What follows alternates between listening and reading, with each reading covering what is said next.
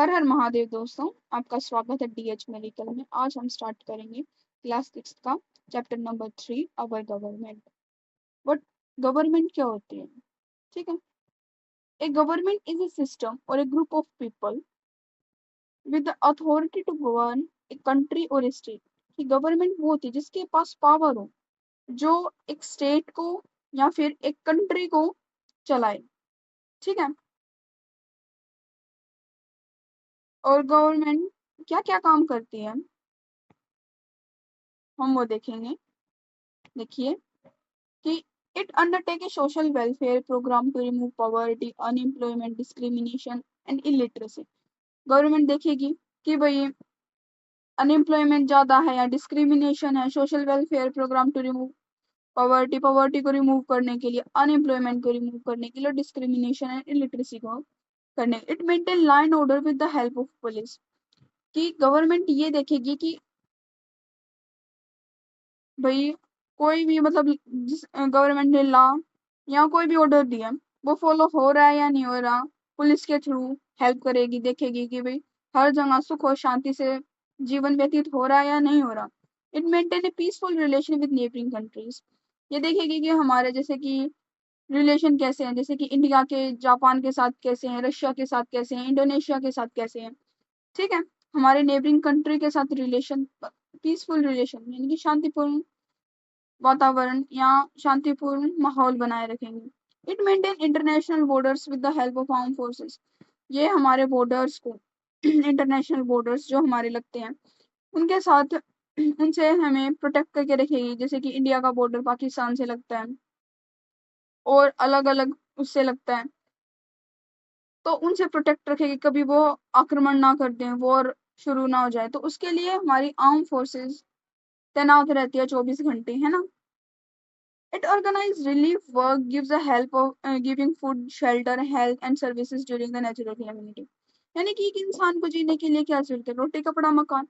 उसके लिए देखेगी कि ये कि भाई किस किस चीज की जरूरत है, फूड मिल रहा है नहीं, शेल्टर मिल रही है, हेल्थ सर्विसेज मिल रही है, पानी मिल रहा है, यानी कि जो कुछ भी हमारी बेसिक नीड्स है वो कंप्लीट हो रही है या नहीं हो रही है। The government also certain makes manage the country, looks our health। देखिए हेल्थ, एजुकेशन, कोमा लगा लेना यहाँ पे, हेल्थ के बाद health, education, basic needs like water, electricity, law and order. यानी कि जिस चीज की हमें जरूरत पड़े वो सारी चीज हमारी गवर्नमेंट हमें देंगी, हमारी बेसिक नीड्स कंप्लीट करेगी। अब देखते हैं लेवल ऑफ गवर्नमेंट। गवर्नमेंट के कितने लेवल होते हैं? ठीक है, first is the national level, second state level and third is local level. ठीक है, जो नेशनल लेवल होता है वो क्या होता है? The central government manage the affair of the country. कि जो नेशनल लेवल है ये मैनेज करेगा अफेयर्स ऑफ द कंट्री। ठीक है, manage the affairs of the country.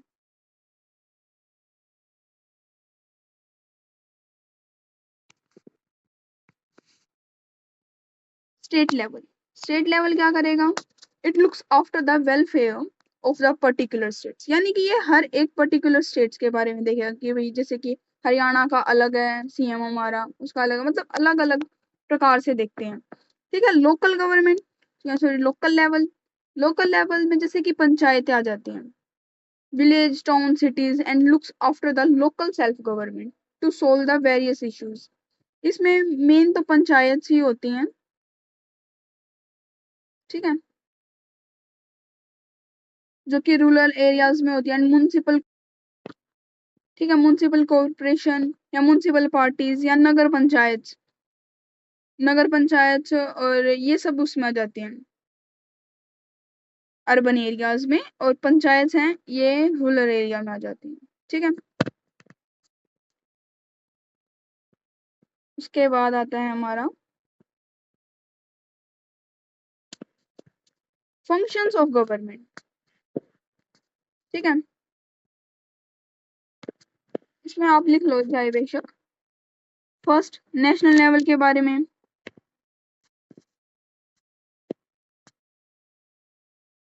National का तो लिख लिया था ना। सेकंड हम लिखते हैं स्टेट लेवल का। कि looks after the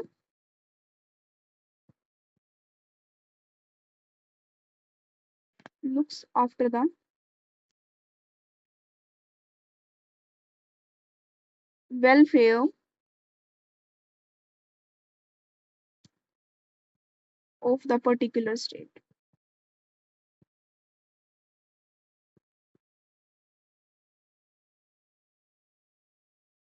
और आपको नोट्स चाहिए तो आप टेलीग्राम चैनल ज्वाइन कर लीजिएगा, हैंड्स रिटन नोट मिलते हैं आपको, हैंड रिटन नोट्स, ठीक है।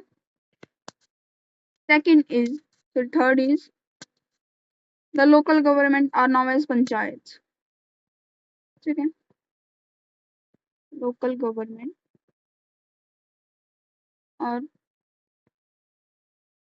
also now as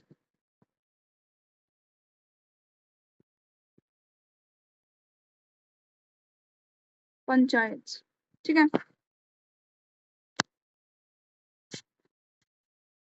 उसके बाद functions of the government, government के क्या क्या फंक्शंस हैं।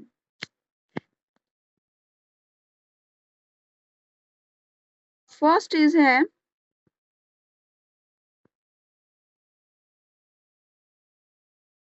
लेजिस्लेचर, सेकंड इज एग्जीक्यूटिव,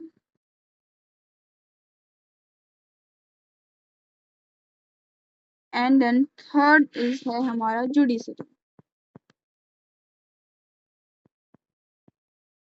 विधायिका, कार्यपालिका और न्यायपालिका, ठीक है। जो लेजिस्लेचर, ये विधायिका, विधायिका कौन सी होती है, कार्यपालिका कौन सी, मुझे इसमें कंफ्यूजन हो जाती है, बट ठीक है। लेजिस्लेचर इसका मतलब होता है लॉ मेकिंग, ये लॉ बनाती है, लॉ मेकिंग, ठीक है। एग्जीक्यूट इसका कार्य है इम्प्लीमेंट दीज लॉज, ठीक है। ये इम्प्लीमेंट करेगी लॉज को, implements these laws. And judiciary इसका कार्य है टू सी कि these laws are carried out along with the resolving disputes, कि उनको फॉलो किया जा रहा है या नहीं किया जा रहा, ठीक है।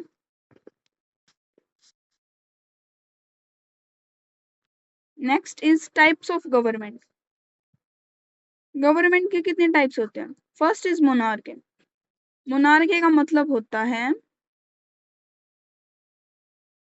राजतंत्र, ठीक है।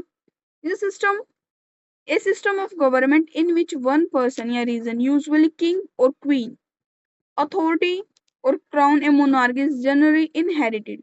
The ruler or monarch is often the head of the state, not the head of the government, कि वो स्टेट का राजा है ना कि गवर्नमेंट का राजा है। यानी कि इसमें क्या है, ये सबसे most common form of government है। जो राजा महाराजाओं के टाइम की जो गवर्नमेंट होती है ना, राजतंत्र, ये उस टाइप की गवर्नमेंट है जिसमें भाई एक राजा है और भाई और सारी इसकी प्रजा है, सब इसकी मानेंगी, ठीक है। और इसमें क्या है, जैसे कि कोई भी किंग है या क्वीन है जो जिसके पास सारी पावर है और मतलब हेरिडिटरी है, यानी कि पीढ़ी दर पीढ़ी मिलता जा रहा है, ठीक है। इनहेरिटेड है यानी कि मतलब अब जैसे कि अब मैं राजा हूं तो उसके बाद मेरा बेटा राजा होगा, ठीक है। यानी कि अगर मैं रिटायरमेंट दे दूं या मेरी मृत्यु हो जाए उसके बाद दूसरा राजा होगा।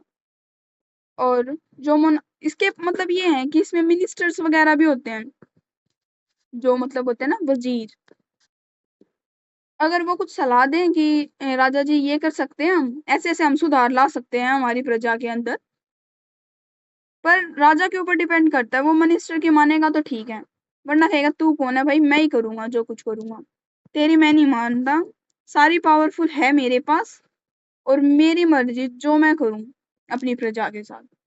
तो फिर वो वजीर है इसके ऑर्डर को भी मना कर देता है, कहता भाई तेरा ऑर्डर मैं नहीं मानता। तो जो राजा है वो अपनी मानता है या रानी जो भी है वो वजीर को साइड में कर देता है। ठीक है। और अब बात आती है dictatorship. What is dictatorship? Dictatorship होती है तानाशाह, यानी कि किसी एक का राज्य।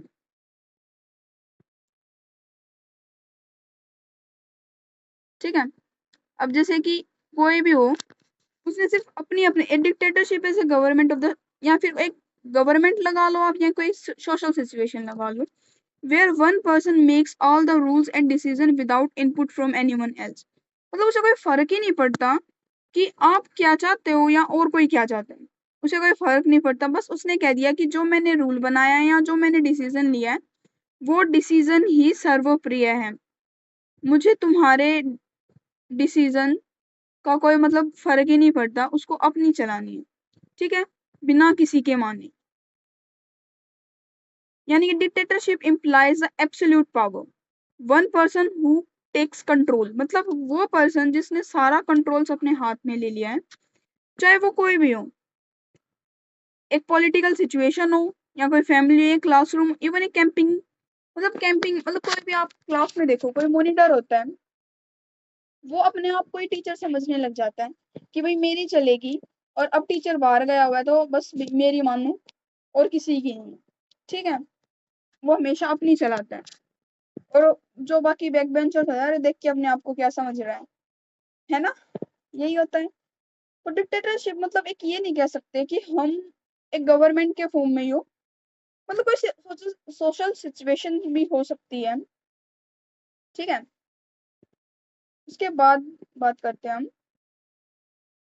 ए यूनिटरी फॉर्म। ठीक है, ये there are the two forms, first is unitary form and second is a federal form.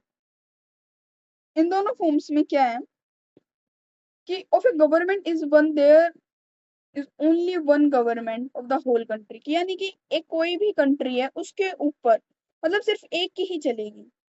Example है इसका ग्रेट ब्रिटेन। और फेडरल फॉर्म होता है powerful distributed between the centre और the state of the government, यानी कि इसकी जो पावर है ना वो स्टेट में भी बटी हुई है और सेंटर में भी बटी हुई है, यानी कि कुछ कार्य तो भाई स्टेट वाला करेगा, कुछ कार्य सेंट्रल वाला करेगा। इसका बेस्ट बेस्ट एग्जाम्पल है इंडिया एंड यूएसए। ठीक है, पढ़ लेना दोनों फॉर्म्स के बारे में, पूछ ली जाती है। Second is democracy, third is democracy. Democracy क्या होती है? Democracy is a form of government in which the rulers are elected by the people through the process of elections, यानी कि कोई भी मतलब किसी भी कोई भी व्यक्ति एक को चूज करता है। ठीक है, यानी कि एक व्यक्ति है एक्स वाई जेड, ये कोई भी है। ठीक है, और ये इसकी सारी जनता है।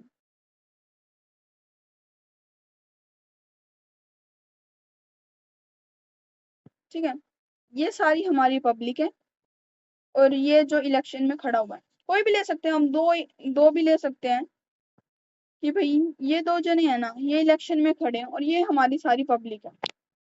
अब जिसकी ज्यादा वोट होगी, अब मान लो इसकी ज्यादा है या इसकी ज्यादा, ये एक्स है और ये वाई है, वाई की ज्यादा वोट है तो ये विनर होगा और यही हमारे स्टेट को या कंट्री को चलाएगा। ठीक है, बाय द पब्लिक डिसीजन। ठीक है, public decision. A person who get the maximum number of vote is winner, यानी कि जो ज्यादा मतलब जिसके पास ज्यादा वोट्स होंगे वो जीत जाएगा। Then they become the decision maker who runs the country, तो फिर वो डिसीजन मेकर बन जाएगा जो कि हमारे कंट्री को चलाएगा या फिर हमारी स्टेट को चलाएगा। ठीक है, अब अब्राहम लिंकन ने कहा था कि डेमोक्रेसी क्या होती है कि the government of the people, यानी कि the government of the people bye the people for the people, यानी कि गवर्नमेंट होती है, जो डेमोक्रेसी है वो सारी पीपल में होती है, यानी कि पब्लिक पर होती है। जो भी चाहे हम सरकार को बना सकते हैं या मतलब गिरा भी सकते हैं। ठीक है, अगर रूलर अच्छा नहीं है तो इलेक्शन दोबारा हो सकते हैं, और रूलर अच्छा है तो 5 साल काफी अच्छे से निकल जाते हैं, है ना? अब देखिए जैसे कि ये हैं दो लीडर हमारे, लीडर कह लो कुछ भी कह लो, या राजा कह लो, जलालुद्दीन अकबर और Adolf Hitler, both are the example of, ये मोनार्की का एग्जाम्पल है and that is a dictatorship. ठीक है, अब जैसे कि अब जलालुद्दीन राजा हैं, उनसे पहले उनके पापा रहे थे, फिर आगे सलीम रहेंगे। एडोल्फ हिटलर है, ये एग्जाम्पल है डिक्टेटरशिप के। इन्होंने भाई अपनी मर्जी चलाई, जो मन किया मतलब वो रूल बनाए और सभी को इनके रूल्स फॉलो करने थे। ठीक है, types of democracy. Type of democracy में दो टाइप की डेमोक्रेसी होती है। फर्स्ट होती है डायरेक्ट, सेकंड होती है रिप्रेजेंटेटिव डेमोक्रेसी।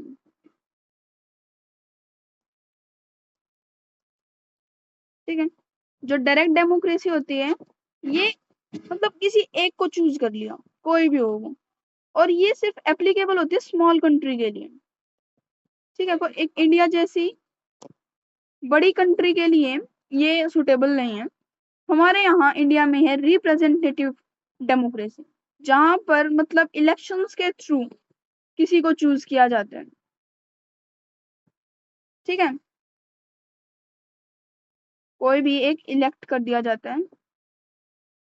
ठीक है, इलेक्शंस के थ्रू किसी को चूज किया जाता है।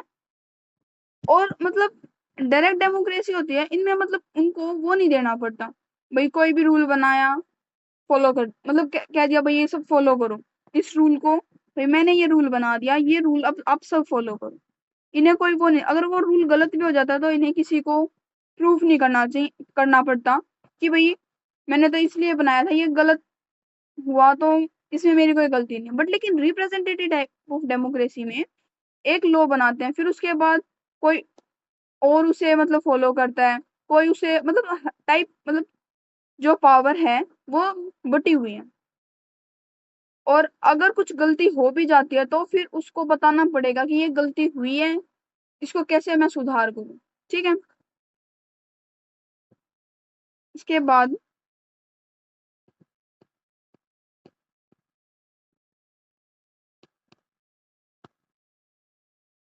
Type of democratic form of government.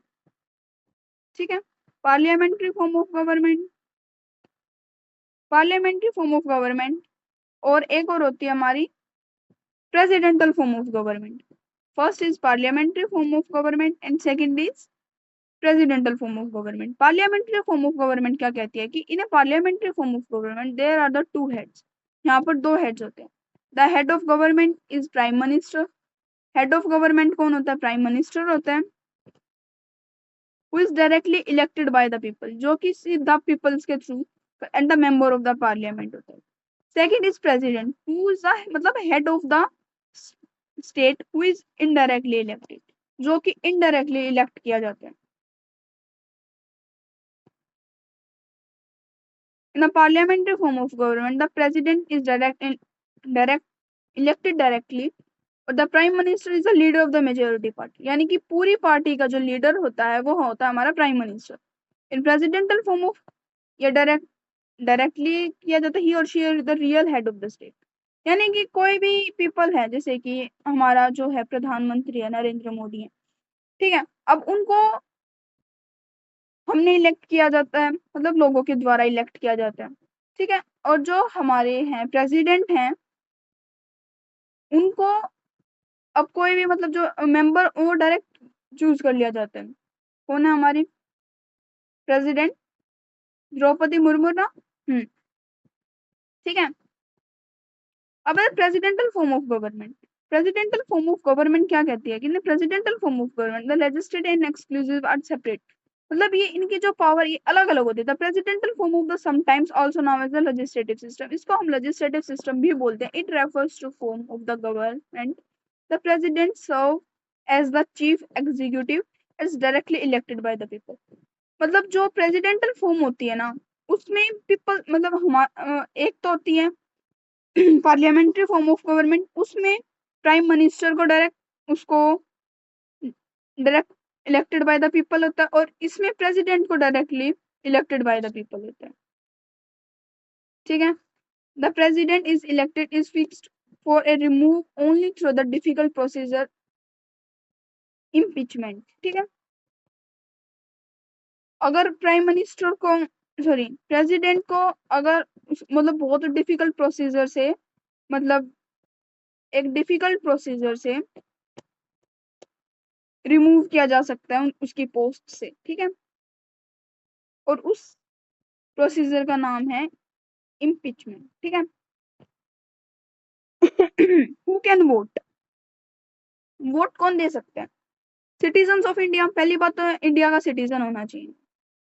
Who are 18 of, मतलब 18 साल का हो या 18 साल से ऊपर हो, और रिप्रेजेंटेटिव ऑफ देयर चॉइस, यानी कि जिसकी जो चॉइस हो उसको वोट दे। एक पीपल है, ठीक है, वन पीपल है, और उसकी वैल्यू है वन वोट। ऐसा नहीं है कि भाई जो जिसके पास ज्यादा पैसा, जिसके पास ज्यादा पावर, उसकी एक वोट की वैल्यू 100 हो, ऐसा तो नहीं है। चाहे कोई भी हो, उसकी एक वोट की वैल्यू एक वोट ही हो, यानी कि मतलब कोई एक बार ही वोट दे सकता है और उस वोट की वैल्यू एक ही होगी। तो ये तो बड़ी अच्छी चीज है कि भाई ये शो करती है कि हर तरफ equality. Next is universal adult franchise. Universal adult franchise क्या कहते हैं? The universal adult franchise refer that the citizens who are 18 and above, irrespective of their caste or education, religion, color, race, and economic conditions, are free to vote. In a democracy, a universal adult franchise is important and it is based on the idea of equality. ये equality के idea पर based है, ठीक है। पहले क्या था कि भाई वोट, पहले 21 साल का व्यक्ति वोट डाल सकता था, पर लेकिन अब 18 साल हो गई है, ठीक है। और पहले फीमेल्स को राइट भी नहीं था कि वो वोट डाल सके, ठीक है। उसके बाद फीमेल्स को मिला है, और पहले तो काफी इनइक्वेलिटी थी और अदर कास्ट वालों को भी नहीं मिलती थी शायद, बट अब एवरीवन इज इक्वल। अब ये क्वेश्चंस हैं जिनके आंसर आपको देने हैं। ये फर्स्ट है, identify the type of democracy that is suitable of the country of small population, कि स्मॉल पॉपुलेशन की कंट्री को कौन सी टाइप ऑफ डेमोक्रेसी सूट करती है, डायरेक्ट, इनडायरेक्ट या रिप्रेजेंटेटिव डेमोक्रेसी। इसका आंसर अगर आपने अच्छे से लेक्चर लिया तो बिल्कुल इजी है, स्मॉल पॉपुलेशन देखते ही आंसर मिल जाएगा, ठीक है। Next is second, which of the following statement describe the universal adult franchise, कि कौन citizens of 18 above in the country are allowed to contest election, citizens of 18 above and in the country are allowed to vote, और citizens of 18 and above in the country allow from a party। इसमें से आपको zone सा भी answer correct लगता है उसका answer आप दीजिए। और आपको कैसा लेक्चर लगा जरूर बताइएगा। Thank you everyone. Radhe Radhe.